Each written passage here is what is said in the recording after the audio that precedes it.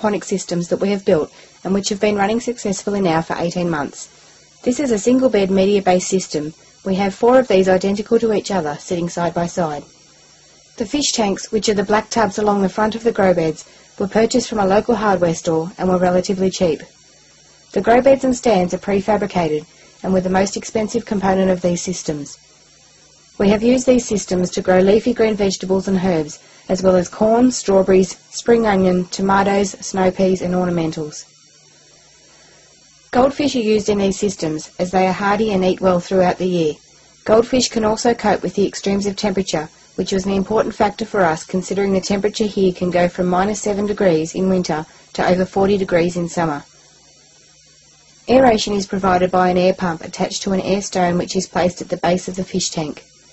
The fish tank water is pumped on a timer cycle from the fish tank to the opposite end of the grow bed using a submersible pump which is located in the fish tank.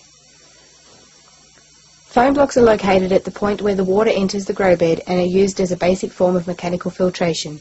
This is not essential, but it is useful in reducing the amount of solids entering the grow beds, which will in turn reduce your maintenance time cleaning the media.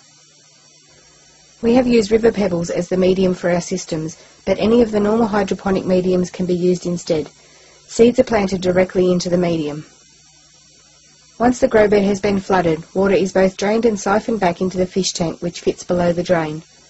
Water entering the fish tank also increases the amount of oxygen in the water. Because our climate can get very hot, we needed a top-up system that allowed us to keep the water in the system at optimal levels. We have used a float valve connected to a main water supply to achieve this.